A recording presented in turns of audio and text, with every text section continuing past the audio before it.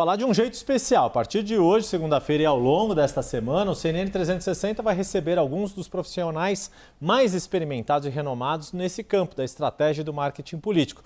Nós três aqui, eu, Débora Bergamasco e Pedro Venceslau, vamos conversar com quem já esteve no comando das equipes responsáveis por campanhas presidenciais, para saber deles, o que pode fazer a diferença na disputa pelo Palácio do Planalto neste ano, entender o que cada pré-candidato fez até agora e o que esperar até outubro. E você já vê nosso convidado de estreia aqui na tela, o jornalista Lula Guimarães. Ele atuou em 3 campanhas presidenciais, com Eduardo Campos e Marina Silva em 2014, Geraldo Alckmin em 2018 e Soraya Tronic em 2022. Também trabalhou em campanhas a prefeito de São Paulo de João Dória em 2016 e Guilherme Boulos em 2024.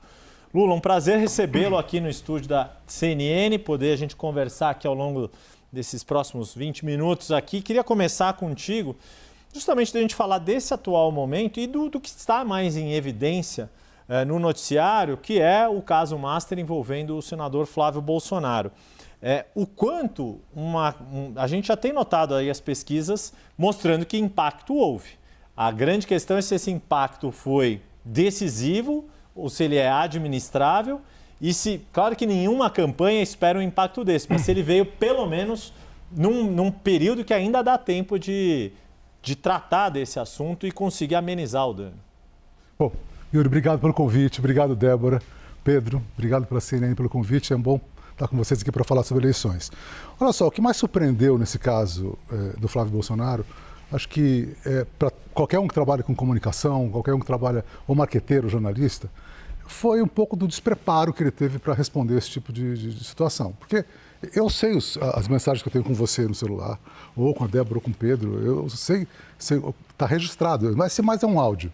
Ele tendo um áudio, desse tipo de áudio, né, pedindo um dinheiro que não é pouco, para um banqueiro que estava encrencado, ele não ter tomado nenhuma providência anterior para resolver essa questão, como a gente chama na comunicação, vacinar isso, quer dizer, criar um discurso que pudesse trazer para ele algum tipo de rota, de alguma saída para esse tipo de situação, é que é surpreendente, porque isso mostra um certo despreparo. E um despreparo também adicional, quando ele é perguntado para o repórter do Intercept sobre o empréstimo, e ele, ao invés de admitir naquele momento, ele dá uma risada, sai.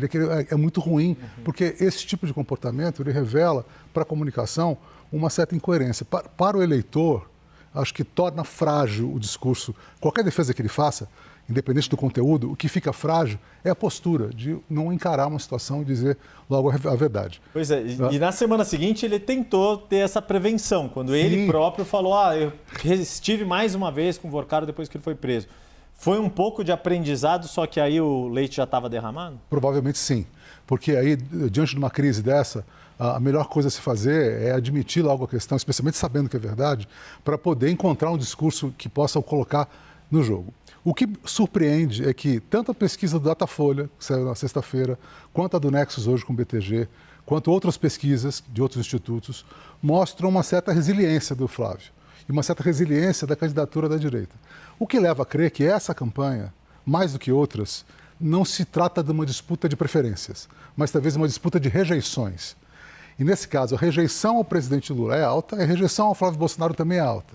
Então, o cidadão que vota no bolsonarismo, mesmo ele sendo confrontado com uma mentira, ou com um empréstimo, ou com um tipo de conversa meio torta, ele é capaz de não mudar de opinião. E vale só para terminar essa questão.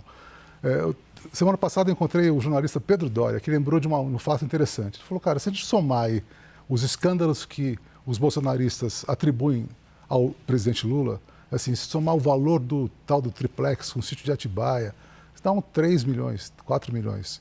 Muito distante dos 134 milhões, que é o dinheiro que é pedido pelo empréstimo do filme, num filme que qualquer cidadão sabe que custa, os filmes premiados pelo Oscar, por exemplo, circulou na imprensa que custaram muito menos do que isso. Então, há de se esclarecer ainda, acho que talvez esse seja o grande desafio da campanha bolsonarista, esclarecer se esse dinheiro foi de fato para um filme, se é legítimo esse dinheiro para financiar um filme, ou onde foi parar essa grana.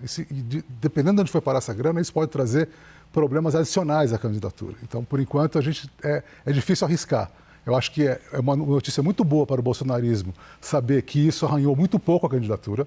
saber que as pesquisas mostraram um desgaste. O Pedro, antes de eu entrar aqui no ar, estava ouvindo o Pedro fazendo esse comentário, quer dizer, os números não foram tão desfavoráveis como talvez os petistas esperavam, ou não tão desfavoráveis que talvez tenha animado o time bolsonarista, mas a gente não sabe o que pode vir ainda pela frente e o quanto de problemas pode trazer para a candidatura do Flávio. Aproveitando a sua expertise, né, em campanhas e pontuando aqui se tratar de uma engenharia de obra pronta, eu queria entender assim, estrategicamente, o que você fala assim, né, foi um despreparo em que ele não preparou a sua própria equipe, foi perguntado várias vezes para as pessoas da mais alta confiança do núcleo duro ali da pré-campanha, negou, omitiu a sua relação com o Vorcaro.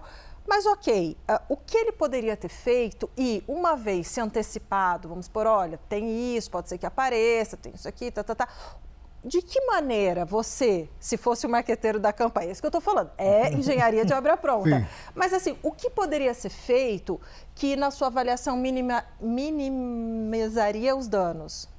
Débora, eu tenho a impressão que os profissionais de comunicação, eu ou qualquer um que esteja lá na campanha do Flávio, na campanha do Lula, nosso papel é atenuar questões críticas, ou numa crise dessa, procurar um discurso que fortaleça o candidato ou que possa trazer credibilidade a ele. Nesse caso específico do Flávio, primeiro tem uma coisa ruim, que foi ele não ter comentado isso com os estrategistas dele antes, porque tirou dessa turma a chance de poder fazer uma resposta antecipada. Então, tiveram que fazer uma resposta improvisada em cima da hora. Mas talvez ali a melhor coisa é dizer o seguinte: primeiro procurar, dentro da possibilidade que ele tem de informações, ser o mais verdadeiro possível. Se ele de fato pediu um dinheiro para o empréstimo de um filme, revelar que isso foi feito. E revelar da maneira mais transparente para que ele consiga, depois, diante dos fatos que ele não conhece que serão revelados, ele poder ter menos desgastes. Então, me surpreendeu um pouco a forma como eles tentaram esconder um pouco a informação. E, nesse caso, esse é o pior caminho. O melhor caminho é admitir para depois, logo, com a verdade, você poder encontrar defesas. É mais ou menos como você cometer um crime, qualquer cidadão cometer um crime, contratar um advogado de defesa e não contar para o advogado de defesa qual foi o seu crime com as nuances que ele teve para que o advogado possa fazer a peça de defesa. Então, é necessário ter essa estratégia de prevenção, pelo menos, né? Pedro. Lula, eu cobri a eleição de 2016, que você foi marqueteiro do João Dória, ganhou no primeiro turno. Cobri também a de 2024, quando você foi marqueteiro do Guilherme Boulos. Foi. Ou seja, você foi de um lado para o outro do espectro político. Sim. Em duas campanhas aqui na capital. É mais difícil trabalhar com a direita ou com a esquerda? Com as duas. É difícil trabalhar com os dois lados. Na verdade, as campanhas eleitorais não são só uma obra da comunicação, né? A gente tem que ver que a campanha eleitoral é também, e o trabalho de comunicação, ele advém de uma conjuntura de fatores, muitos, né? Então, a gente tem às vezes, não só o próprio candidato, como os candidatos opositores, como as circunstâncias que falam muito mais alto, né? Então, nesse caso, existia um cenário muito favorável ao João Dória em 2016, por vários fatores, e eu lembro que você cobriu muito bem essa eleição. A gente lembra que tinha ali o impeachment da Dilma, aqueles movimentos de 2013, 2013, 2014 que ainda reverberavam. Então tinha ali um desgaste muito grande da esquerda. O Fernando Haddad vinha fazendo uma gestão de São Paulo que não tinha uma grande aprovação, ele tinha uma reprovação bastante crescente nas pesquisas. Isso impulsionou muito o João Dória, que aparece ali como outsider. O Guilherme Boulos vinha de uma campanha muito boa na eleição anterior em São Paulo, mas ele enfrentava uma máquina muito poderosa da prefeitura.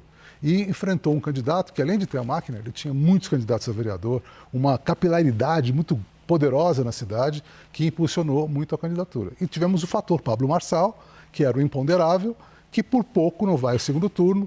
Talvez se o Marçal não tivesse feito a bobagem de publicar um laudo falso acusando o Boulos de ser usuário de droga, que era um absurdo completo, se ele não tivesse cometido esse abuso, esse erro, talvez ele pudesse ter ido até para o segundo turno e aí talvez fosse uma coisa imponderável, pudesse dar um ou outro. Eu acho que daria o Guilherme Boulos. As pesquisas nossas internas mostravam a vitória do Boulos. Então, cada campanha tem uma circunstância. Então, não tem que ser mais fácil trabalhar para a direita ou para a esquerda. Infelizmente, o Brasil entrou nessa polarização tão grande que agora a gente tem esse radicalismo, né? Mas eu conheço profissionais que trabalharam para partidos do centro, direita e esquerda, com o passar dos anos. A gente tem um histórico gigante de profissionais no Brasil assim. Você mencionou agora, nessa resposta para o Pedro, Lula, a questão de aprovação de uma gestão. Né? E sempre que a gente tem, né, o Antônio Lavareda, nosso grande mestre, sempre fala muito isso, quando tem um candidato à reeleição, seja para qual cargo for, essa eleição essencialmente é manter ou não manter o incumbente, o chamado incumbente. A gente tem visto o governo Lula com uma dificuldade ali de virar o saldo da aprovação há algum tempo. Né? E o único fator que houve desde que a aprovação passou a ser negativa lá no ano de 2025 foi quando veio o tarifaço. A resposta ao tarifaço do Donald Trump deu um impulso, mas esse ano continua no negativo. Como é que o marketing de uma campanha consegue trabalhar? Porque apesar de tudo, tem um distanciamento entre governo e a campanha eleitoral propriamente dita. Qual que é o prazo ali, até quando tem areia na ampulheta para conseguir virar esse tempo? Ou começa a ficar preocupante quando um governo fica com essa avaliação, a aprovação mais negativa do que positiva, chegando perto da eleição? Yuri, essa é uma boa pergunta. Aliás, eu sou fã do Lavareda, ele é um parceiro que trabalhou muitas campanhas comigo, eu tenho muita admiração por ele, fico feliz dele comentar aqui na CNN. Olha só, existe uma coisa clássica, um cálculo clássico entre os cientistas políticos que dizem que um governo com uma aprovação abaixo de 30% tem grande dificuldade de se reeleger. E que acima disso há uma possibilidade de grande reeleição, comparando eleições no mundo inteiro historicamente. Então esse é um cálculo que se faz classicamente entre os cientistas políticos. Então o governo Lula está nesse limite, né? Ele teve um pouquinho mais de 30, chegou a ter menos de 30. Agora, não é desprezível, e a gente tem que considerar isso com bastante força, não é desprezível o poder do Estado e o poder da máquina. A gente se for lembrar bem, o ex-presidente Jair Bolsonaro utilizou muito bem essa máquina na campanha de 2022, com uma série de benefícios, e talvez ele não tenha vencido muito mais pela má gestão, no caso da pandemia, do que pelo uso da máquina. Talvez perdeu por muito pouco, uma margem muito pequena, talvez se ele tivesse, por exemplo, só se vacinado, ou vacinado a família, talvez ele tivesse vencido a eleição com facilidade. Então, o uso da máquina foi muito poderoso na eleição de 2022. Então, nesse caso agora, a gente tem o presidente Lula com um poder de mobilização do Estado, governadores, vereadores nos municípios, prefeitos, deputados federais, estaduais, com uma capilaridade muito grande para poder fazer com que a máquina consiga convencer o eleitorado, especialmente esse eleitorado de baixa renda e de baixa escolaridade, que é mais vulnerável, está mais ao alcance do poder do Estado. Né? Agora eu queria falar sobre os outros candidatos da direita, considerando que na esquerda só tem um, né, representante, basicamente, não é verdade que só tem um, mas é competitivo o presidente Lula, mas considerando esse cenário, o Carlos Bolsonaro, por exemplo, ele bate muito de frente com a estratégia do Flávio Bolsonaro de olhar para o segundo turno. Então, olha, a gente tem meio que ali, tirando o Zema que está destoando um pouco pós-caso Master, mas ali um pacto de não agressão, então você tem Caiado, você tem Zema, você tem esses candidatos à direita. Vamos caminhando e estaremos todos juntos no segundo turno. O Carlos Bolsonaro, ele acha que não, ele acha que assim, tem que ser ostensivo para que todos se unam agora, porque senão pode ser pior, eles chegariam mais enfraquecidos.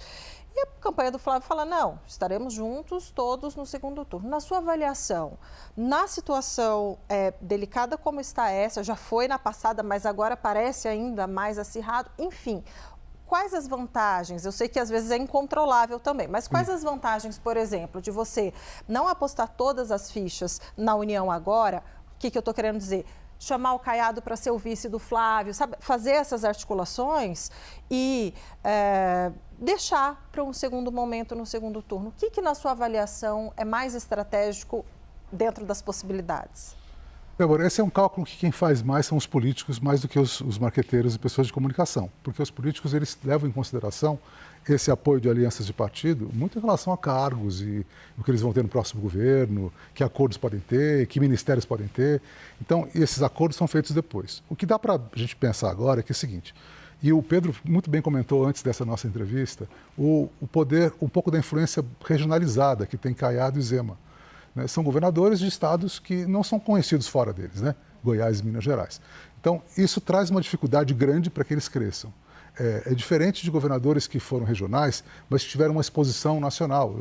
Fiz a campanha do Eduardo Campos, em 2014. E ele teve uma projeção, claro, uma projeção muito maior depois do terrível acidente que ele sofreu, uma projeção gigante. Mas mesmo antes disso, ele passou a ter uma projeção nacional bem significativa fora de Pernambuco. Não é o caso agora do Caiado, nem o caso do Zema. Nessas alianças que os partidos fazem agora, fazer uma aliança precipitada agora traz muito desgaste para esse cara que quer ocupar essa terceira via. Ele se esvazia muito rápido. Então, para ele, é importante ele manter essa competitividade até o último dia de campanha do primeiro turno. Agora, no segundo turno, é natural que o eleitor junte esses candidatos dentro do mesmo balaio, porque o segundo turno, e como eu falei logo no começo da nossa conversa, o segundo turno é, em geral, uma eleição de rejeições, mais do que preferências. Então, muita gente vai à urna votar para que não vença o adversário, muito mais para que vença o seu próprio candidato. Então, nesse caso, os candidatos que participaram do primeiro turno, eles se aglutinam naturalmente por uma rejeição ao opositor, seja de um lado, seja do outro. A desvantagem do presidente Lula, nesse caso, é que ele não tem outros candidatos à esquerda. Na campanha de 2022, outras campanhas, ele teve outros candidatos que puderam se juntar. A gente teve outros candidatos da esquerda que somaram. Não é nesse caso, a gente não tem ele não tem essa vantagem, vamos chamar assim, né, de somar. Pedro. Em outras eleições, haviam candidatos no campo da esquerda dividindo votos com o presidente Lula. Não aconteceu isso agora. Ele é hegemônico no campo da esquerda, Sim. o que leva alguns cientistas políticos a acreditarem que ele pode até ganhar a eleição no primeiro turno. Mas existe um fenômeno histórico, desde que o PT está na política, que é o antipetismo de chegada. Na sua avaliação, esse antipetismo de chegada pode levar a eleição para o segundo turno e beneficiar o Flávio Bolsonaro? Pedro, essa é uma pergunta difícil de responder, porque era muito circunstancial. Esse antipetismo de chegada, ele aconteceu, por exemplo, na campanha do João Dória em 2016. O João Dória não tinha muita perspectiva de vencer no primeiro turno. A eleição estava desenhada para um segundo turno. Mas houve um empenho e uma mobilização petista às vésperas da eleição, e o Fernando Haddad cresceu muito na última pesquisa da Datafolha, às vésperas da eleição. O crescimento do Haddad fez com que os eleitores que podiam votar em outros candidatos, na época era o Celso Russomano, outro candidato também, e a Marta Suplicy, outros dois candidatos adversários, fez com que o eleitor desistisse desses seus candidatos, que seria uma terceira via, e votassem rapidamente logo no João Dória no primeiro turno, para evitar uma vitória do Fernando Haddad do PT. Isso aconteceu em outras eleições também no Brasil. Nessa eleição, especificamente, eu acho que, como não existem muitos candidatos de uma terceira via representativa que não seja muito do campo da direita, talvez esse fenômeno não seja tão presente. Porque nem Caiado nem Zema representam um centro que realmente pode estar classificado como centro. O centro mesmo hoje está dentro do governo. O centro não está fora do governo. O centrão está fazendo parte do governo. Caiado e Zema, eles são candidatos da direita, não candidatos do centro. Então, acho difícil haver esse movimento que o antipetismo pudesse juntar alguém do centro para ser antipetista e trazer um resultado reverso, ou adverso, perdão, para o presidente Lula. Lula, dá tempo de uma última resposta aqui tua, que acho que é a questão também de olhar para frente, né? A gente está terminando o mês de maio, ainda falta um tempo até outubro, até a campanha oficial começar, embora pré-campanha, como a gente brinca, né? Lá em 2025 a gente falava que 2026 já tinha começado. O que você acha que quem gosta de política, não só nós profissionais aqui, mas quem nos assiste e gosta, se interessa e quer acompanhar com um olhar mais atento para os movimentos daqui em diante, o que tem que ficar de olho? A gente está num cenário ali de muita preocupação das autoridades, por exemplo, em relação à inteligência artificial, tem já toda a mobilização de redes sociais, tem este caso Banco Master, as investigações. Quais que você acha que seriam 2, 3 fatores cruciais que, se você estivesse atuando diretamente numa campanha, isso aqui é o meu checklist diário, o que eu tenho que olhar?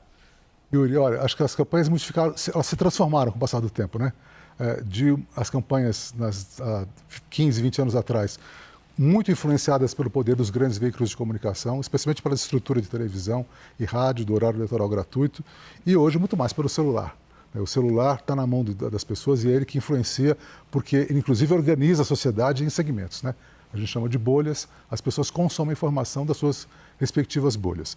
Então, se é para estar atento, de alguma maneira, estrategicamente na comunicação, é estar atento a esses impulsionamentos de propaganda nas redes sociais, a conquista de influenciadores e a conquista da narrativa nas redes. porque eu tenho a impressão que na TV os partidos farão uma comunicação que vai se equivaler. Talvez eles possam fazer uma competição de equivalência. Evidentemente, a imprensa faz um papel importantíssimo, porque diante de uma revelação dessa complicada como a do Banco Master, a cobertura da imprensa ajuda muito ao eleitor poder formar sua própria opinião. Porque a imprensa, ela é supostamente isenta, ela faz uma cobertura de credibilidade, que ganha credibilidade pela isenção. E a propaganda, como ela se própria classifica, ela é tendenciosa. Então, é importante que a gente consiga ter esse equilíbrio, especialmente da imprensa, para poder insistir nesse esclarecimento dos fatos, mas se for para colocar um foco, um olhar mesmo na propaganda e na força da comunicação, eu acho que essa comunicação está, de fato, nas redes. E, para terminar, no cuidado que na narrativa das redes tem que se ter contra fake news, contra a utilização da IA de maneira abusiva. A gente sabe que há uma proibição de utilização da IA para denegrir a imagem de qualquer candidato. A gente sabe que existe, inclusive, a proibição do impulsionamento para falar mal de um candidato, mas é necessário que rapidamente se identifique esse tipo de abuso para que seja comunicado para o Tribunal Regional, para que haja um julgamento rápido e se tire do ar rapidamente. Mas a disputa da narrativa nas redes é o que vai definir a eleição. A gente já conversou com Lula Guimarães e hoje o papo é com Duda Lima, estrategista em marketing político e eleitoral. Duda Lima começou a carreira no ABC Paulista, ganhou projeção nacional à frente de campanhas como as de Jair Bolsonaro em 2022 e de Ricardo Nunes aqui em São Paulo em 2024. No ano passado, Duda anunciou que não faria mais campanhas eleitorais, o que dá uma certa leveza, embora também dá aquela coceira, e aí a gente aproveita. Né? Porque o que não termina é a capacidade de analisar cenários, de apontar o que pode fazer a diferença numa disputa como a eleição presidencial deste ano. Então, Duda, boa tarde, bem-vindo aqui, um prazer recebê-lo aqui no nosso estúdio. Quero te perguntar, não pelo campo que você está mais familiarizado, né, como você atuou na campanha de Jair Bolsonaro em 2022, olhando para a perspectiva do governo federal, do governo do presidente Lula, que nesta segunda metade está com saldo negativo de aprovação. A desaprovação é maior do que a aprovação. A gente sabe que ao longo do ano eleitoral o governo tem capacidade, tem botões para se apertar para recuperar essa aprovação. Mas vou fazer uma pergunta que eu também fiz ontem para o Lula Guimarães. Qual é o timing disso? Está atrasado a recuperação do atual governo? Tem ainda caminho para recuperar isso? Ou o vento de mudança vai ser mais forte e não há mais muito o que Lula acionar para manter a competitividade e eventualmente se reeleger? Boa tarde, Yuri. Boa tarde, Débora. Boa tarde, Pedro. Boa tarde para todo mundo que está em casa assistindo aí. Assim, a minha análise talvez seja um pouquinho mais ampla. O PT é protagonista das eleições aqui no país desde 1989. Ou fica em segundo lugar, ou fica em primeiro lugar, né? Perdeu algumas eleições, ganhou outras e por aí vai. Quando você fala dá tempo, né? Sim, tempo dá, ninguém ganha eleição na véspera, né? Mas o que eu vejo aqui, Yuri, é assim, pelo fato desde 1989, vem, ganha, perde e por aí vai, as pessoas já têm um sentimento, uma emoção, um raciocínio formatado em relação ao Partido dos Trabalhadores, em relação a Lula e tudo aquilo que eles trazem. Né? Na minha leitura o tempo, né? Eu não consigo medir o tempo dos últimos 3 anos e meio. Na minha leitura, isso é muito maior, muito antes. Quer dizer, tem muita gente que estava nascendo, né?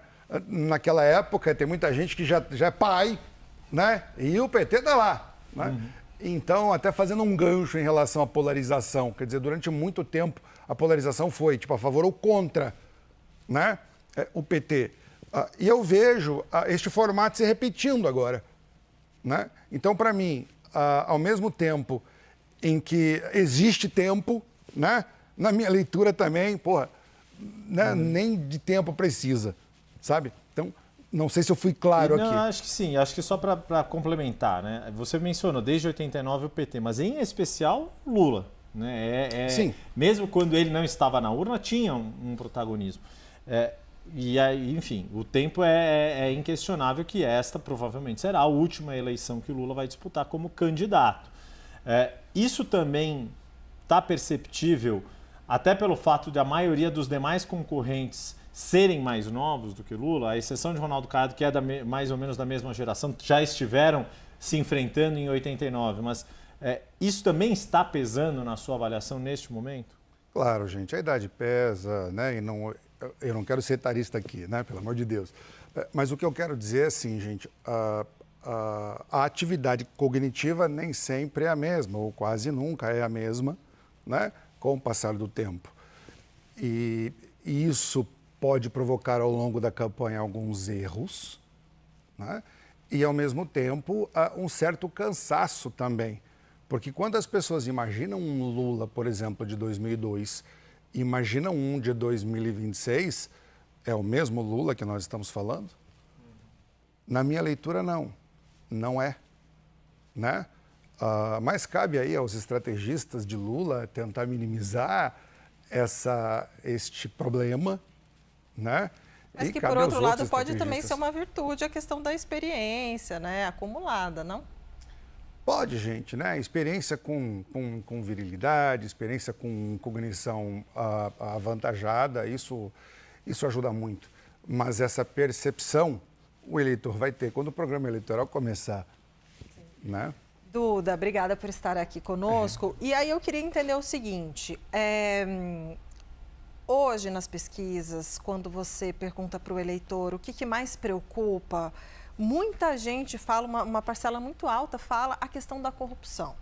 E aí quando Flávio Bolsonaro, de repente, é flagrado, porque foi o que aconteceu, em um áudio pedindo dinheiro para Daniel Vorcaro, do Banco Master, o governo avalia, conversando com estrategistas do governo, eles acham o seguinte, olha, esse papo de corrupção, embora não tenha sido provado que o dinheiro tenha sido para corrupção, e sim para o filme, acabou esse discurso de Flávio. Flávio está sem esse discurso de combate à corrupção por conta disso e agora a gente vai poder, equalizou e a gente vai poder debater as ideias. Então, meio que eles avaliam que neutralizou. Você concorda com essa avaliação de integrantes do governo? Não, eu não concordo, né? Se você pegar hoje uma foto do Flávio, uma foto, né, do Lula, for para a rua e perguntar qual desses políticos te lembra a palavra corrupção, né? Outra coisa, quando a gente fala em master, eu não sei quantas folhas tem naquele processo, sei lá, 100 mil, 50 mil, 10 mil, eu não tenho ideia, não estou acompanhando. Mas uma folha foi vazada no meio daquilo e aí a comparação das pessoas, então, é do que o Flávio disse ou deixou de dizer dele com ele mesmo. Em algum momento, o restante desse documento, dessas páginas, viram à tona. E o critério de decisão do voto do eleitor, um dos critérios é sempre comparando, né? Então, neste momento, não existe essa comparação. Não sabemos o que está naquelas outras páginas, quem está lá, nós não sabemos. Na minha leitura, o quanto antes isso puder chegar a público, melhor será essa análise, né? E, de repente, né, as pessoas podem concluir que, cara, isso não é nada perto do que foi feito, nós não sabemos, mas esse parâmetro da comparação, que é um dos principais parâmetros que o eleitor usa na decisão do voto, ele não tem nesse momento, né? Não existe esse parâmetro agora. Então, não, eu não concordo. Eu entendo que se a pauta da eleição for corrupção, isso é um problemaço para o pessoal do governo, visto tudo que já foi falado, divulgado, publicado, né, sobre o presidente Lula que está lá, sobre o Partido dos Trabalhadores e sobre tudo que já passou. Se a pauta for essa, aquilo tudo volta. Então, eu entendo que, sim, né, eles vão tentar evitar essa pauta, vão dizer, imagina, isso já passou, aquela coisa toda. Mas, não é. É uma pauta que, neste momento, na minha leitura, começa a aquecer e se aquecer é ruim para o governo. Pedro? Na sua leitura, Duda, até que ponto essa operação da Polícia Federal contra o Cláudio Castro pode acabar contaminando a campanha do Flávio? Porque eles são aliados, obviamente, e tem o nome Vorcaro envolvido nessa investigação. E ele se tornou um problema para a campanha ou é algo que dá para contornar? Pedro, eu volto naquela análise que eu estava fazendo, né? Então, saiu mais um personagem. Agora, eu entendo que esse prejuízo, se existirá ou não, e a dimensão que isso vai existir, depende do restante das outras coisas que estão lá, né? Tem uma série de outros elementos, de outras informações que nós não sabemos. Então, na minha leitura, quanto antes isso, né, puder chegar aqui, que a gente puder olhar, aí nós vamos entender, poxa, estão falando desse, mas olha aquele. Pô, esse cara fez isso, mas olha aquele lá. Né? Então, eu entendo que essa análise só dá para ter com um pouquinho mais de profundidade, né, depois que tudo isso vier à tona, e tem muita água para rolar, gente. Tem muita água para rolar. Aí, gente, aproveitando a audiência aqui da CNN, o que eu queria dizer para vocês, gente, já faz um tempo em que a gente vem falando, esse está com problema, esse aqui também está com problema. Essa pessoa física tem um problema, essa pessoa física tem um problema. E o povo brasileiro, gente? E as pautas que efetivamente podem melhorar o país? Talvez está na hora da gente falar um pouquinho mais sobre quem vai cuidar do país nos próximos 4 anos. O país não está legal, né? A gente percebe isso. 80 milhões de brasileiros estão devendo. Como é que alguém vive bem devendo? É que o brasileiro é um povo incrível, cara. Né? Nós somos incríveis. Mas eu acho que está na hora da gente começar a falar um pouquinho, gente, sobre o país, sabe? Temos que falar sobre segurança pública, temos que trazer essas pautas. Então, deixa eu te perguntar como é que é isso dentro de uma campanha. Porque a impressão que dá para a gente que acompanha, e mesmo para quem nos assiste, né, não só nós jornalistas, é que os candidatos, na hora de apresentar programa de governo, é protocolar. Vai lá, registra um documento na Justiça Eleitoral, mas que não necessariamente é tão bem elaborado assim. Na hora que se tenta colocar, ou que a gente vê muitas das propagandas, da campanha oficial, também é na base do ataque ao adversário, ainda que muitas vezes de forma cifrada, não identificada, mas as próprias campanhas, os próprios políticos acabam ocupando muito espaço com o ataque e não tanto com a discussão propositiva. Aí eu estou perguntando de uma forma mais geral para quem trabalha com isso. Como é que vocês decidem a hora? Bom, agora é a hora do ataque, agora é a hora de ser propositivo. Ou, poxa, adoraria trazer um grande programa super bem elaborado de educação, mas eu preciso atacar o meu adversário em questões de corrupção ou questões das mais variadas ordens. Como é que funciona isso na prática? Eu posso falar por mim, pelas minhas campanhas, por aquilo que eu já dirigi, né? Acho que a grande razão de ser de um político, o grande motivo pelo qual existe uma disputa eleitoral é por conta do povo. Eu entendo que sim, o povo precisa saber o que o oponente tem de ponto negativo. É importante colocar também, né? As pessoas podem tomar a decisão de quem votar, mas precisa ter uma leitura completa, sabe? Mas não dá para deixar de lado, gente, né, aquilo que de fato vai comandar o país. Né? Aquilo que de fato vai mudar a vida das pessoas. Então, quando se vê um determinado ataque, quer dizer, o que estão fazendo com o dinheiro do povo brasileiro? Como estão administrando esses recursos? De que maneira esse benefício vai chegar lá na ponta? Eu entendo que isso está ficando de lado e, para mim, essa é a coisa mais importante de uma disputa eleitoral. Então, em que momento que a gente ataca o adversário ou faz a defesa ou fala de governo? Né? Não existe uma regra para isso. Mas o que eu posso te garantir é que enquanto a gente ficar o tempo todo, enfim, essa é a minha leitura, gente, eu não estou dirigindo campanha, mas eu jamais ficaria o tempo todo apontando defeito, sabe? De modo que o que interessa de fato para o povo brasileiro que presidente vai cuidar da minha vida? De que jeito?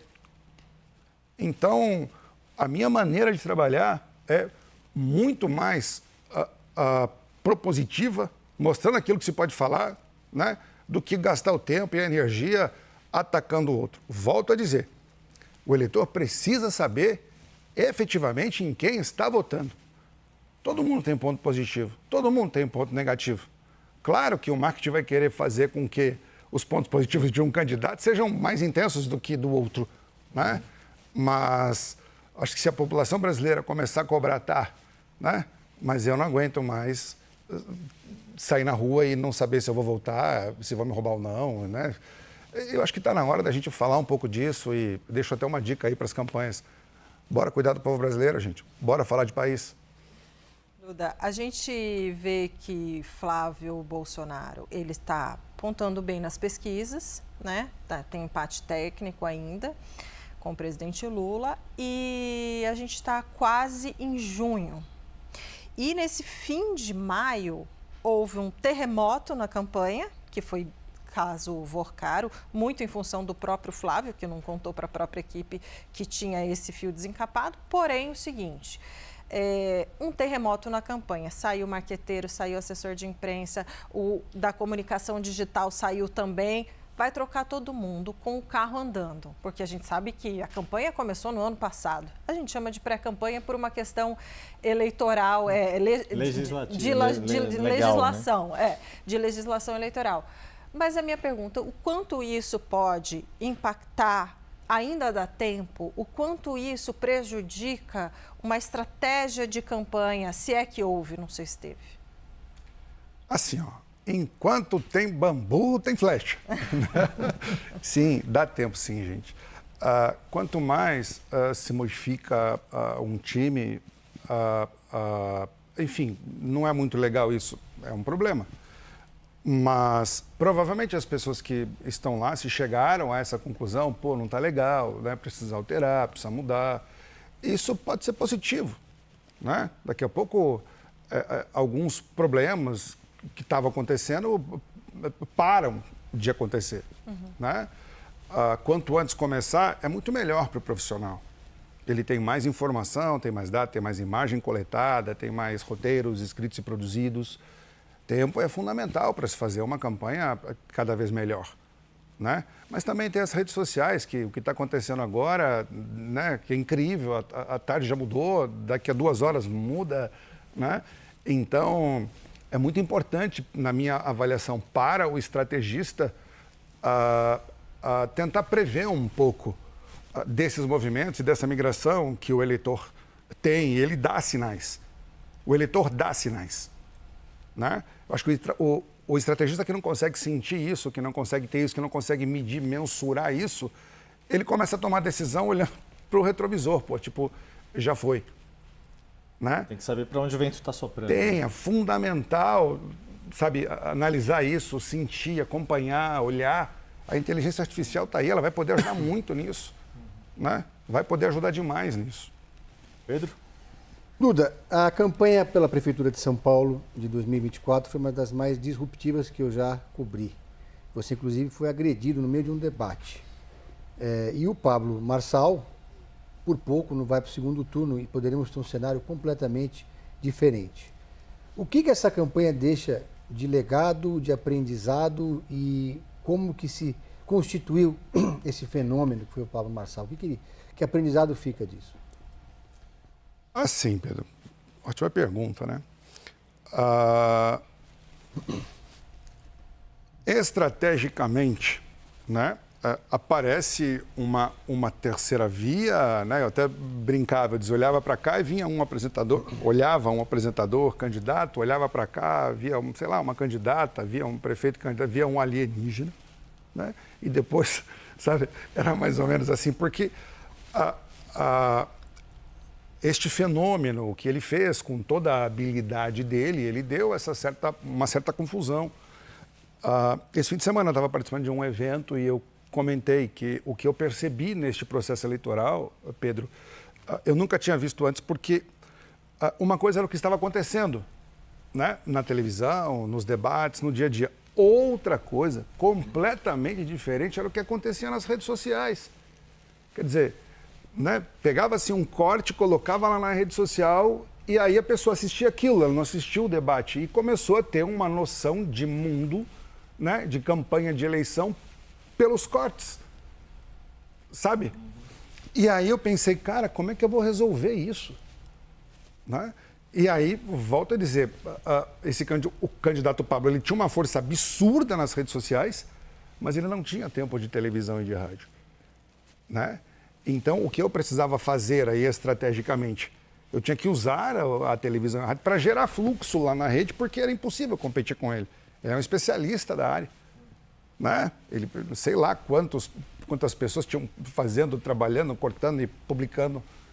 E aí, então, foi quando, né, acaba o primeiro dia de campanha, eu uso o rádio para dizer, pô, vai lá e pesquisa melhor quem é o Marçal, né?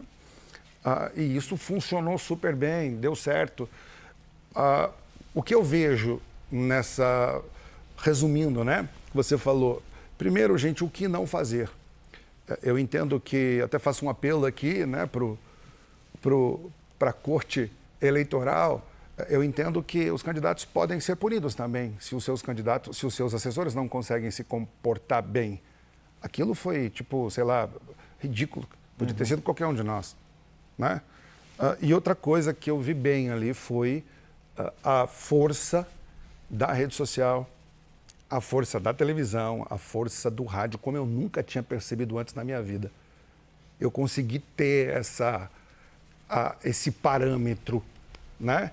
E está muito enganado. Quem acha a rádio não funciona, a TV não funciona, não, cara. Funciona e funciona. Já conversamos com Lula Guimarães, com Duda Lima, e hoje é a vez de receber Jorge Jerez, que é estrategista em comunicação, mestre em marketing político pela Universidade Autônoma de Barcelona, CEO da Jordi Comunicação, tem mais de 30 anos de atuação em campanhas presidenciais, governamentais e legislativas, tanto aqui na América Latina quanto na Europa.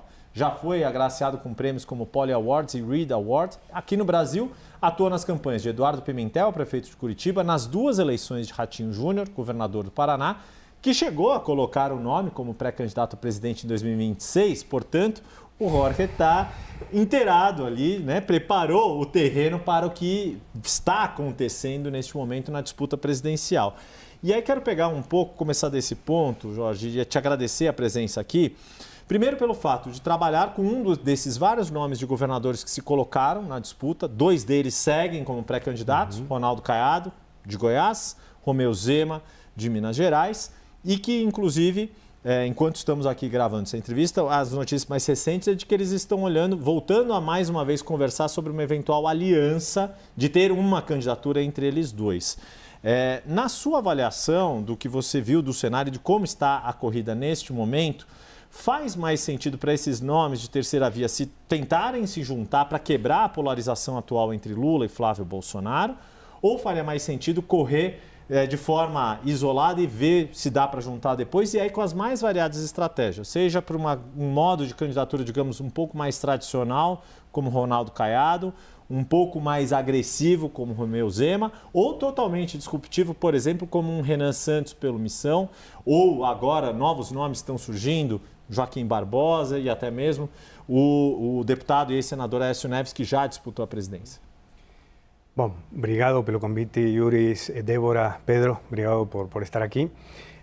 Vou, digamos, tentar amplificar a resposta porque tal vez começar que 81% dos brasileiros querem mudança, né? E você tem 2 nomes que estão polarizando, que são justamente o lulismo e, por outro lado, o bolsonarismo, mas que tensionam. Mas se você pergunta a um brasileiro meio se eles representam a mudança, eles te vão responder que não. Em su momento eu tive uma conversa com Flávio e o meu conselho, e temos visões diferentes, tanto que a gente não está trabalhando junto, que era, eu achava que ele tinha que deixar de tensionar e mostrar mais quem ele é, qual era a sua proposta, qual era a sua equipe, qual era a visão de futuro do Brasil, mas essa campanha decidiu ir pela tensão, né? Digamos, pelo que está acontecendo neste momento. Quando você fala de terceira via, algo que estávamos gestando com Ratinho Júnior em su momento era não uma terceira via, porque semânticamente, se você fala em terceira via, você já está falando de um terceiro colocado. E quando você pergunta ao brasileiro se ele quer alguém que não seja nem Lula nem Bolsonaro, isso vai para mais de 70 pontos. E não mudou, tanto que 81% quer mudança. Só que esta direita, como gostam de definir nas editoriais aqui no Brasil, ela se está canibalizando e isto beneficia a Lula porque é o único candidato da esquerda. Mas se você faz uma leitura diferente de valores conservadores, que é um pouco o que aconteceu no Chile com Kast, o que aconteceu com Milei de libertário e demais, e o que aconteceu com Trump em su momento, aí podem aparecer outros nomes. E existe um segmento que históricamente era do 7, passou para 15 e foi para 30, e em Curitiba foi para 43, que é o voto antissistema. Aí entrou Pablo Marçal aqui, Grêmio en Curitiba, y en 2018 você tinha un señor que llegaba a los aeropuertos rodeado de pessoas, de brasileiros, no eran políticos, eran ciudadanos que estaban lá esperándole, que era Bolsonaro. Bolsonaro fue antisistema en el 18, hoy tenemos una versión, y eso también en su momento comenté con Flávio, yo, teu pai llegaba a un lugar y estaba lleno de ciudadanos, você llega a un lugar y está lleno de políticos. Entonces, es una diferencia enorme de posicionamiento en una campaña, ¿no? Y yo acho que el brasileño está queriendo algo que sea más ciudadano. Por eso decía, deja de tensionar, se posiciona en función de vos mismo y no en función de lo que está allí, ¿no? Entonces, más que tercera vía, yo acho que esta elección podría llegar a ser, con todo lo que aconteció recientemente, ter una sorpresa de un candidato que no representa aquilo todo. E eu acho que, e não acho não, tenho certeza, na escuta digital Renan Santos vem como um tsunami. A gente já teve uma conversa umas semanas atrás, eu já te falei nele, e em algumas apostas aí paralelas ele já está com 14, 17%. Eu acho que ele é o novo Paulo Marçal, se não mudar o quadro. Com respeito a Caiado e a próprio Sema, acho que Sema cometeu um erro grave, ou a campanha de Sema cometeu um erro grave ao se posicionar contra o próprio Bolsonaro, porque o universo do voto do Sema, ele foi garoto propaganda do segundo turno de Bolsonaro e se volta contra o próprio mentor de alguma forma, né? Acho que isso foi um erro estratégico. Canibaliza o voto, mas pode subir o piso, mas baixa o teto que ele tem. Com respeito a Caiado, acho que ele seria um excelente senador. Muito obrigada, Jorge, por estar aqui conosco. A gente sabe que o bolsonarismo tem ali os seus 30% imutáveis, o petista Lula, não sei, tem ali a sua porcentagem imutável de cada um dos lados. Depende da pergunta. Isso, é verdade. Mas esse pessoal que está sendo disputado, o pessoal de centro, o indeciso, o que não é nem Lula nem Bolsonaro, etc.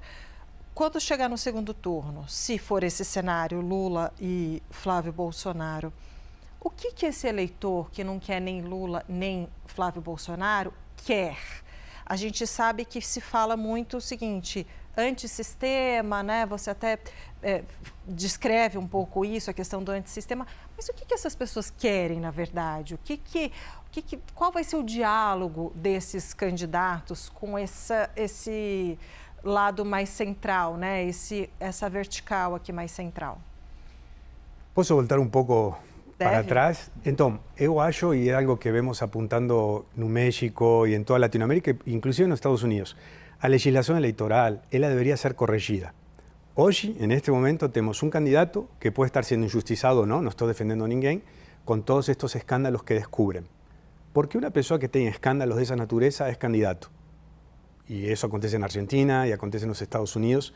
Y a campaña se volta un ataque entre publicitarios, digamos, un ataque entre campañas dos estrategistas, mas no tienen propuestas, no tienen soluciones, no tienen ideas. Entonces, en lugar de ser un espacio, una fiesta democrática, se convierte en una denegrir a imagen do otro.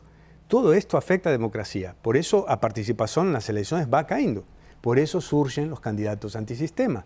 Então, para você ter bons cidadãos, para ter bons eleitores, você precisa ter bons cidadãos. Para ter bons cidadãos, você precisa ter educação cívica. Então, essa legislação eleitoral que ninguém olha, permite que um candidato que tenha alguma, digamos, não existe um conselho que diga, a ver, esta pessoa realmente pode ser, porque passou um teste até psiquiátrico, por que não? Isso poderia ser um laboratório daqui a 2 anos, se leváramos a democracia a sério. Y que esta persona no tenga realmente escándalos o potenciales problemas jurídicos que imposibiliten esta persona ser candidata. En la campaña, la ley prohibiría que se puedan atacar, o sea, vocês teriam menos emprego y los estrategistas también, mas eu acho que sería mucho más a día para la democracia, ¿sabe? Porque todo esto afecta al sistema democrático. Dona María y Don João, que están en casa asistiendo, poxa, son todos iguales. Y no son todos iguales. No son. Entonces, este circo mediático que de alguna forma publicitario, jornalistas formamos parte, acabamos atacando lo que yo acho que es el único nivel o único estilo de vida viable que es la democracia. Platón falaba en oligarquía, aristocracia, democracia y después você va a anarquía o autoritarismo. ¿Dónde estamos? Ahí ven los candidatos antisistema. Es mucho más profundo. É que eu sou professor também, desculpem que me sai esse lado. Mas bem essa profundidade e nos traz isso, né? Pedro? Olha, até 2014, o outro campo era representado pelo PSDB.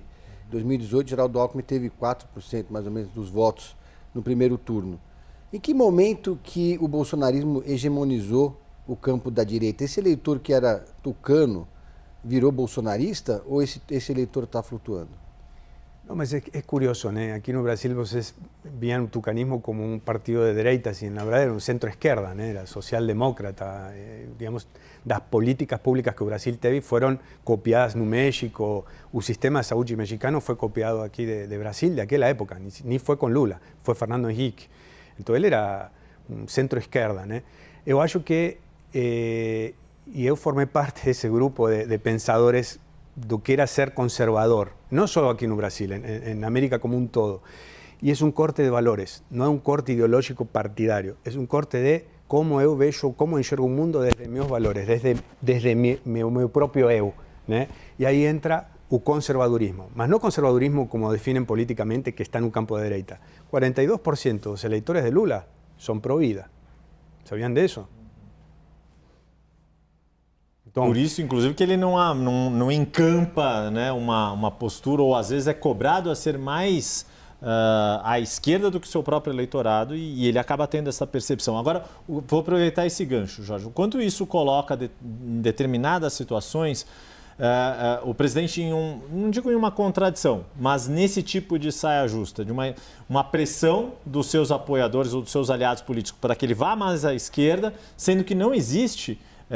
ou existe um eleitorado que vota nele, mas que não é tão à esquerda quanto o seu campo político. Es que eu acho que quando eles escolheram tensionar, ele está abrindo mão desse eleitor que puede estar justamente beneficiando en este momento, o bolsonarismo, mas talvez después da Copa, porque o voto antisistema onde surge? Nas últimas 3 semanas. Ahí onde aparece a cebra. Por quê? Porque o pessoal está desconectado de realidad, no está interesado en la política porque haya que son todos corruptos, deshonestos, mentirosos, y el ESO se va a interesar por una obligación, ni siquiera, no es un compromiso cívico. Disculpen mi oportunidad, estoy hablando en galego aquí, mas generalmente, históricamente, son las 3 semanas que aparecen las sorpresas. Pablo Marçal fue en las últimas 3 semanas. Gremel apareció en las últimas 3 semanas. Mas como a gente faz escuta digital permanente, Santos está como un tsunami creciendo. Ya falo de él há 4 meses, que todos falaban, no, fica en 8. Una pessoa importante dos medios aqui também falou, não, Jorge, vai ficar em 8. Ele já está em 17. Qual é a sua aposta?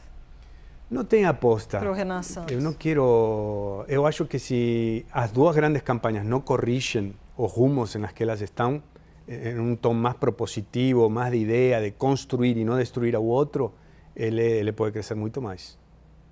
Pedro?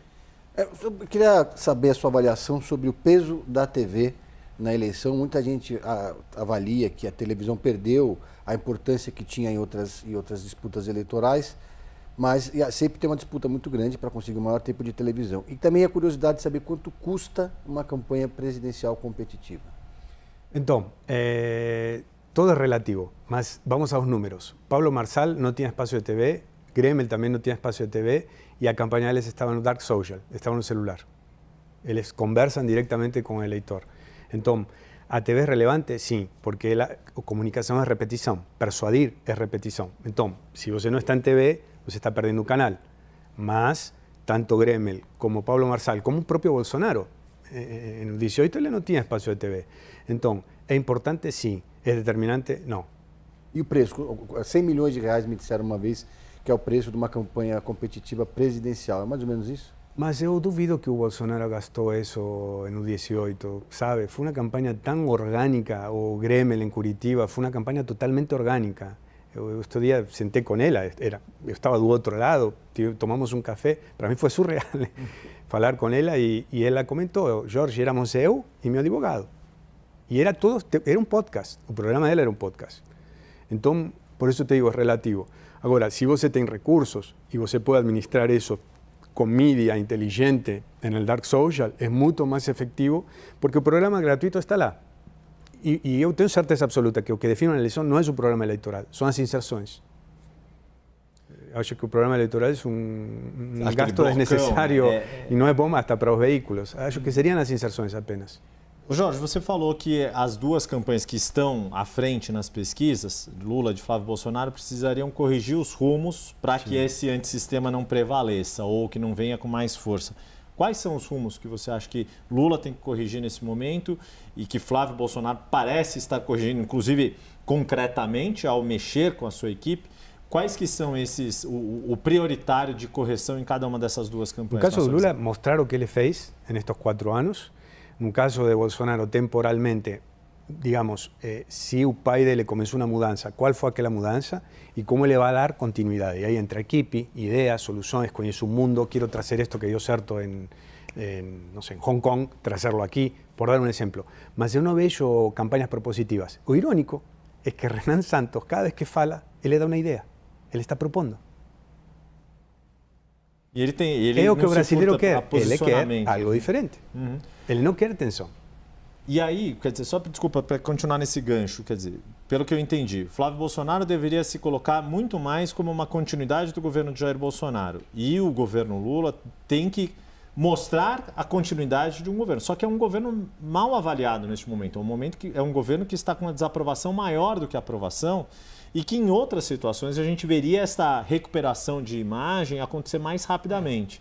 Eu tenho colocado essa pergunta tanto, né, para todos os entrevistados aqui da nossa série. É possível se estimar o timing do quanto o governo ainda tem tempo de recuperação dessa aprovação ou se já está batendo ali um sinal de alerta muito forte? E o quanto, a despeito deste momento de desaprovação ao longo de todo o ano, a oposição não tem conseguido surfar essa onda de um governo mais desaprovado do que aprovado? Se você observa os dois maiores candidatos, eles não propõem. Te convido, eu não tenho esse dado para te dar, mas eu acho que do mix deles, é 80% de cada um deles atacando o outro. Né? Então, Lula poderia estar contando todo o que ele fez a nível econômico, em distribuição de renda e outras tantas coisas que uno, porque lee dados, están ali. A economia brasileira poderia estar pior, né? Porque o mundo também está em um momento de impasse, mas eu acho que tem um problema grave de comunicação no governo federal, de que não sabe vender aquilo que eles têm, né? E ficaram no ideológico. Eles contra nós, o rico contra pobre, e reforçam uma e outra vez, não só o presidente, sino quem deveria estar mostrando o showroom de produto, não se vê. E se você não conta o que você fez, o povo não tem como saber. Do outro lado, eu acho que o ponto de partida da campanha dele sim tem que falar do que representou o bolsonarismo como executivamente falando. Sí, teve um acidente que foi o Covid, que foi uma calamidade mundial, etc. Mas teve avanços. Né? O próprio Rogério Marinho, ele defende de uma forma tão clara o que o bolsonarismo fez, que nem eu sabia. Então, eles têm que contar tudo o que as pessoas não sabem, mas não. A atenção é mais importante. E isso é triste para a democracia. Jorge, você vem acompanhando as eleições brasileiras, né? Há vários pleitos. E eu gostaria da sua avaliação. 2026, presidencial, tem algum fator que você acha que torna essa eleição única, algo que diferencia essa disputa presidencial de todas as outras que você já viu no Brasil? É um terceiro round, né? Nunca aconteceu. É um terceiro, é como Rocky 48, sabe? Tipo, mais ou menos isso. Por isso o cansancio e por isso o risco de uma zebra, né? Risco em sentido positivo, digo, de que surja outra coisa que ninguém espera, né? Aí voltamos ao 18. Não seria um looping de... Se os dois grandes não corrigem o rumo para algo mais positivo e propositivo, se vocês quiserem, apostamos um vinho aqui, dá zebra. Mas aí o senhor acha que quem ficaria fora do segundo turno? Depende, porque como dizem os americanos, você não ganha uma eleição, é o outro que perde. Se ganha o que erra menos. Entendeu? Mas, por exemplo, você mencionou aqui uma escalada, né, do Renan Santos, por exemplo, que vem vindo bem e crescendo rapidamente. Acha que ele poderia tomar o lugar de Flávio? Porque quem vai votar no Renan talvez não vote no Lula, né? Ou não necessariamente? Bom, ele falou que gosta de brownies, né? Tipo, gosta de quê? Gosta de brownies, né? Ah. Brownies, acho que comentou isso. Bom, desculpa a ironia, mas assim, tem um voto progre que pode achar interessante o que ele está falando, né? Acho que Renan Santos é um Milei brasileiro, só que não chega a ter o grado intelectual que tem o próprio Milei, né? É um professor, tem conteúdo intelectual, né? Milei foi um professor a vida toda. Santos realmente não conheço a fundo, mas é o que está personificando o antissistema no Brasil. Pedro, para a gente encerrar.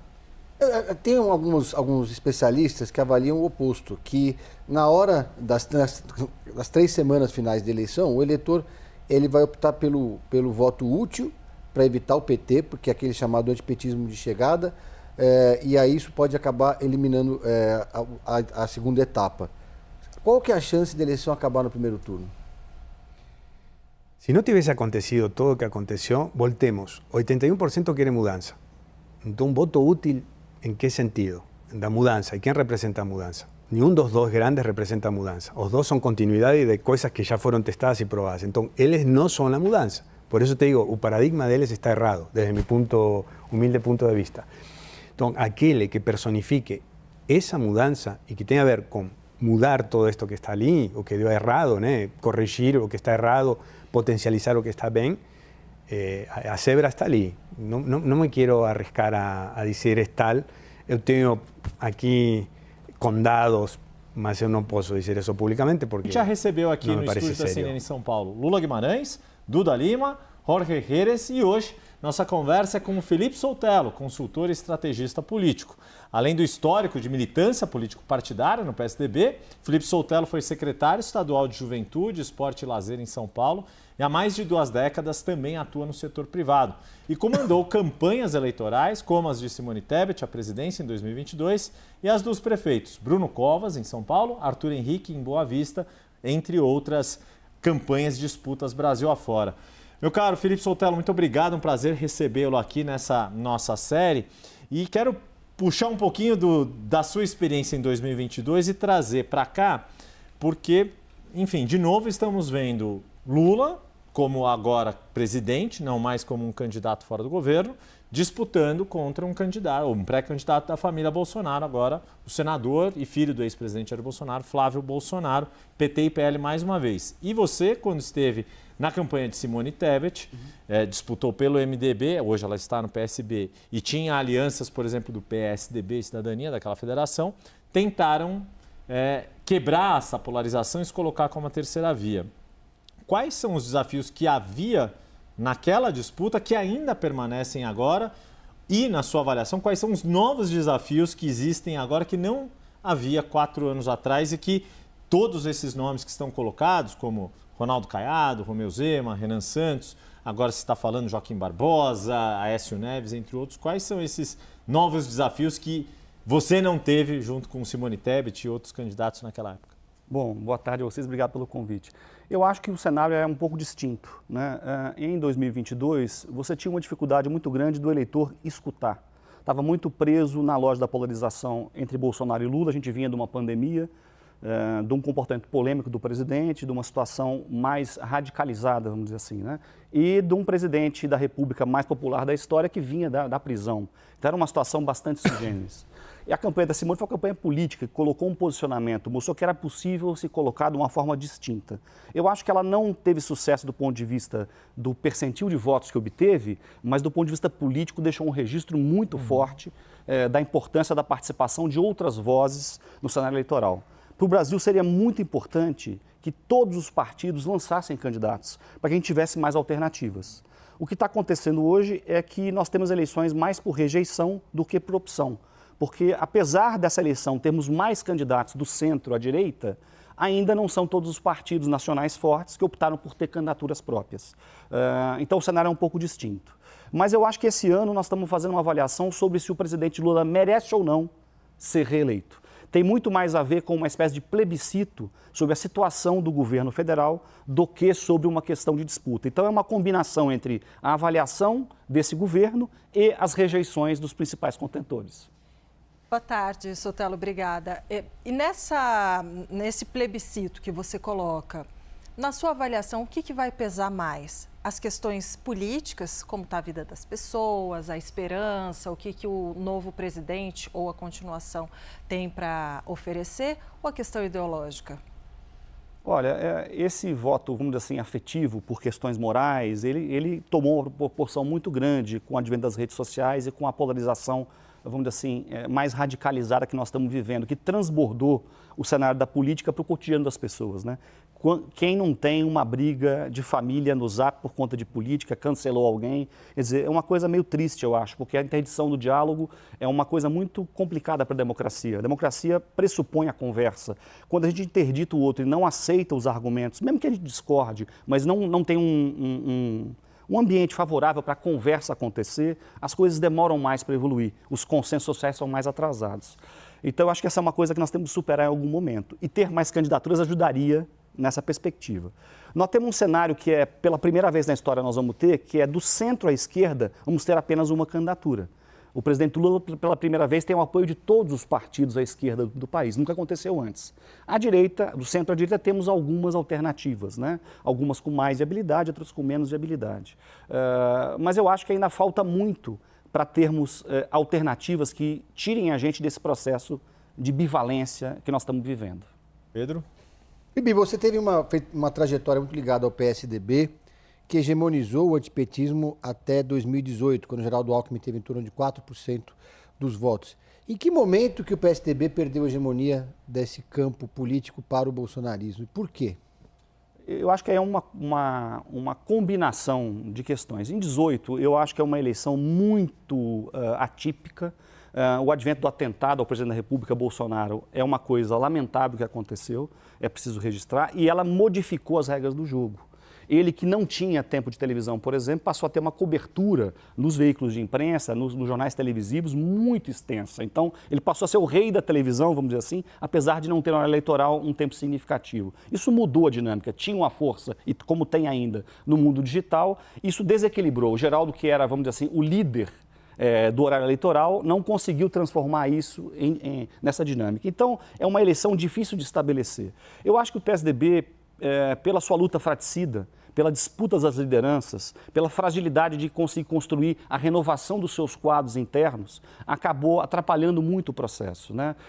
O governador Dória, ele entrou em 2016 na prefeitura numa eleição avassaladora, ganhando no primeiro turno, mas mudou um pouco a correlação de forças. E o apetite muito grande pelo exercício do poder, pela oportunidade daquele momento, atrapalhou um assentamento das lideranças internas e levou a esse esgarçamento em que o PSDB está. Em que pese é bom dizer, o presidente Aécio Neves tem conseguido recuperar um pouco da força do partido, quer dizer, saiu do rebolão, quer dizer, da mudança de partido da janela do primeiro trimestre, maior do que entrou, é o partido que mais cresceu proporcionalmente. O que vai sair da urna é um outro problema. Mas eu acho que a candidatura dele a presidente seria muito interessante e contribuiria para a discussão nacional. Pô, isso é interessante que eu já ia te perguntar isso. O que você acha da colocação do nome de Aécio mais uma vez? Né? Ele que até a disputa de 2022 tinha sido protagonista da disputa mais acirrada de 2014, em que Dilma Rousseff foi reeleita por uma distância, a menor distância até então, num segundo turno. Mas aí não só da perspectiva política, mas dessa perspectiva do cálculo eleitoral em relação a voto, em relação a um partido que precisa crescer, que é o caso do PSDB, o quanto ter um candidato a presidente faz a diferença para, por exemplo, aumentar, ampliar as bancadas, o quanto que da sua experiência, da sua vivência, tanto dentro de partido quanto no comando de campanhas, ter um candidato majoritário de fato impulsiona a eleição legislativa, que é a que vai dar o tamanho do poder de fogo de um partido para os 4 anos seguintes. Eu acho que ter um candidato a presidente é muito importante para um partido para eleger deputados federais. Não há dúvida disso. Você vê 2022, a Simone puxou o 15 para cima, o MDB teve um resultado interessante em termos de deputados federais eleitos. O PSDB, que compôs conosco, foi importante para o Centro Democrático se organizar e oferecer uma alternativa. Para Simone foi muito importante, colheu um saldo mais difícil. Mas também teve derrotas estaduais simultâneas, quer dizer, é um desarranjo um pouco maior. Mas eu acho que para um partido se afirmar nacionalmente, é importante ele se apresentar. Eleição não é sobre só ganhar ou perder, é sobre colocar o que acredita, a visão de mundo. A gente está perdendo um pouco essa estrutura. Se me permitem uma crítica, quando a gente faz uma análise de cenário só baseada em pesquisas quantitativas, a gente limita a discussão política. Eleição é para colocar visões de sociedade. Então, os partidos deveriam fazer isso, né? O PSD, depois de um tempo, de 14 anos de existência, está colocando uma candidatura, isso é muito importante. Seria bom que o MDB colocasse um partido nacional tão importante, tão decisivo para o Brasil, 60 anos de história, né? Mas optou de novo por não ter uma candidatura. Então, era melhor que o Brasil tivesse mais alternativas. Acho que o eleitor gostaria disso. Me parece que o eleitor queria ter alternativas a essa polarização, mas não está enxergando ainda uma candidatura que pudesse mudar o processo. Você comentou, né, sobre haver nesse ano apenas uma candidatura à esquerda, centro para a esquerda, que é a do presidente Lula. Minha pergunta para você é a seguinte: se o presidente Lula não vencer a eleição, como você vê o futuro da esquerda no Brasil? E também num outro cenário, se ele vencer a reeleição, continua o mesmo problema, porque será a última.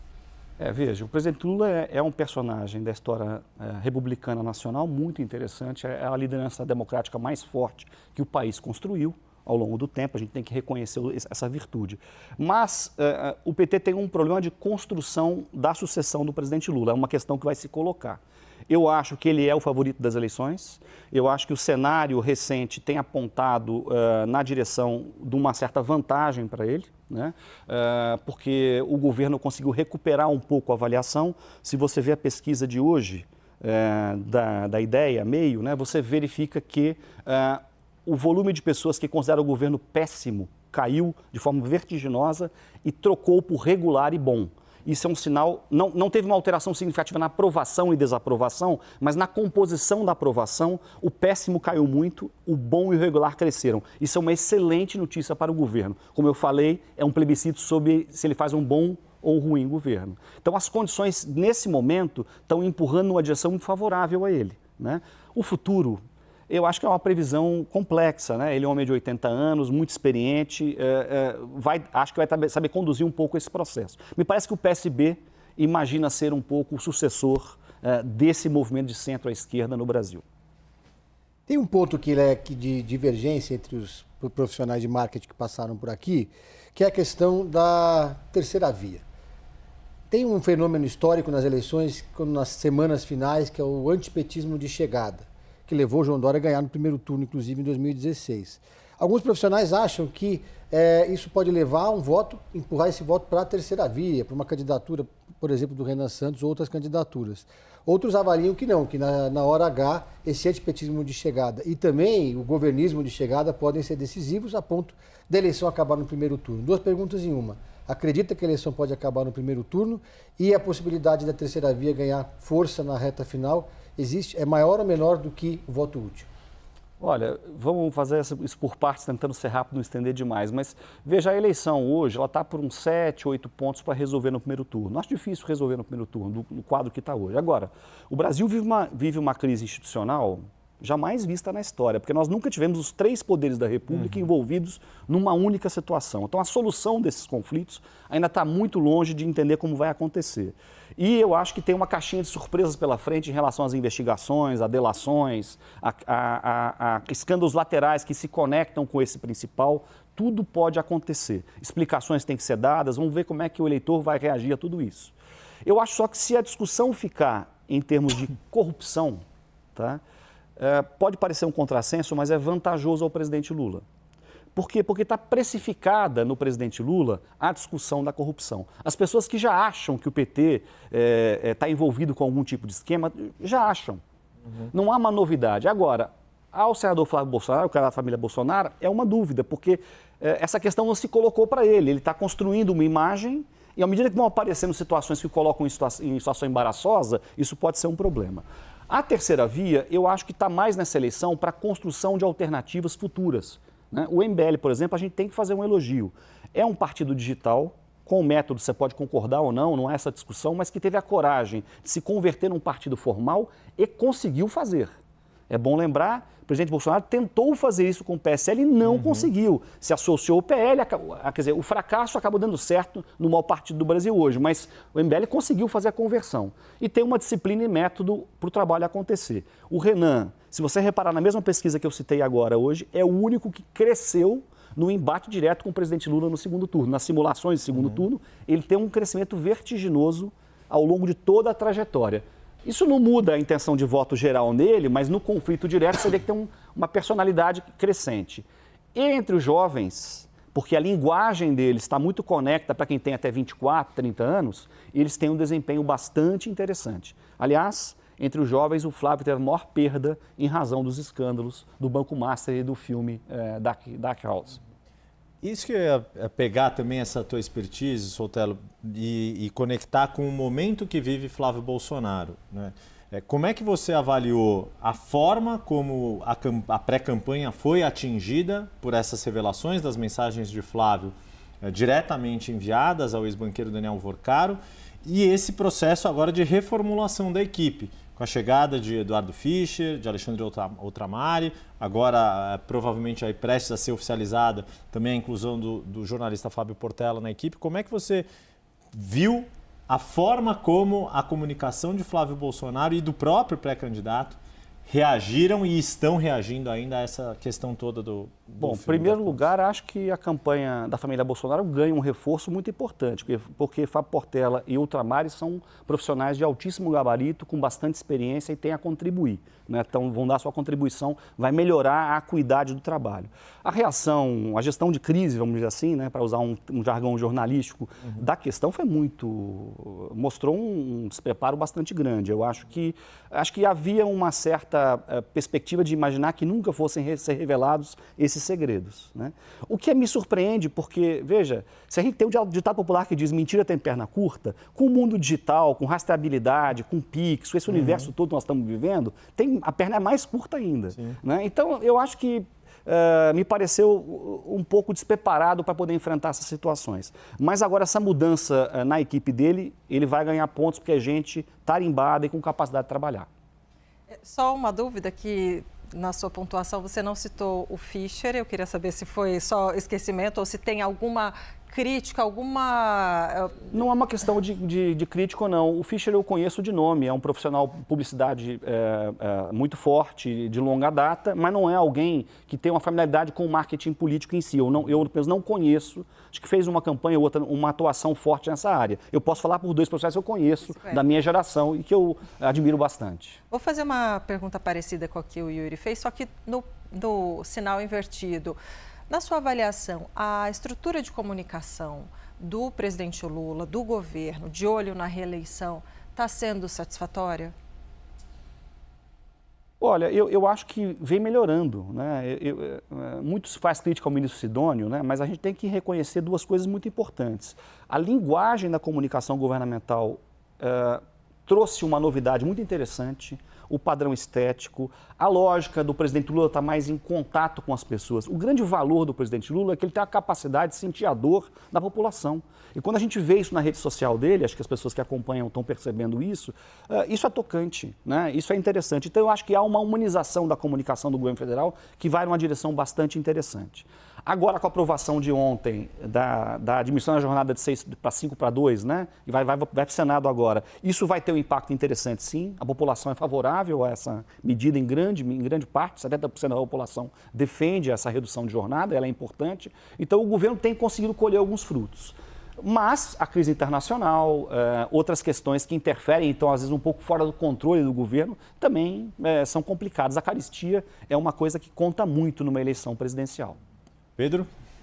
Na sua avaliação, para o bem e para o mal, como que a inteligência artificial vai impactar nas campanhas? Eu já ouvi muito que ela vai baratear o custo da produção em geral, mas também ela cria problemas e que podem ser graves numa campanha presidencial.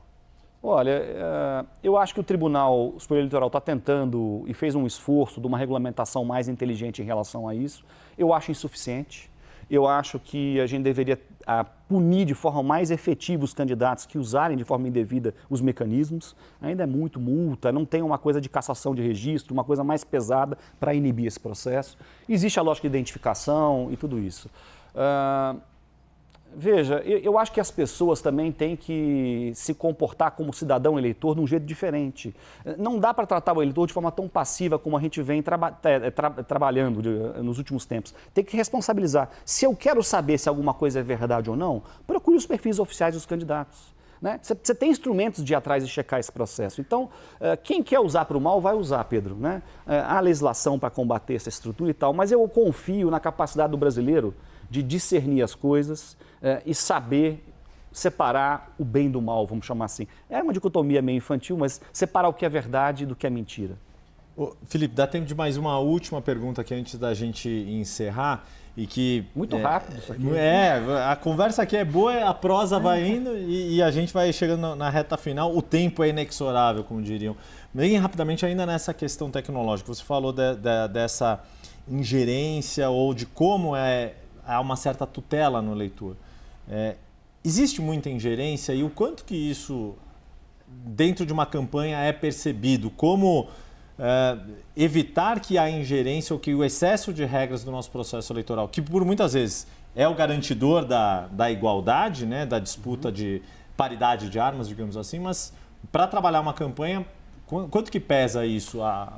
Olha, eu acho que, sobretudo, o judiciário, com todos os esforços que vem tentando fazer para poder acompanhar o ritmo da evolução das coisas, tem ficado um pouco para trás nesse processo e regulado por demais certas situações. Eu acho que a gente precisa acreditar que a população vem amadurecendo no fato de ir à urna há quase 40 anos já, vem conseguindo discernir melhor esses processos. Então, acho que tem uma interferência, às vezes, indevida ou exagerada.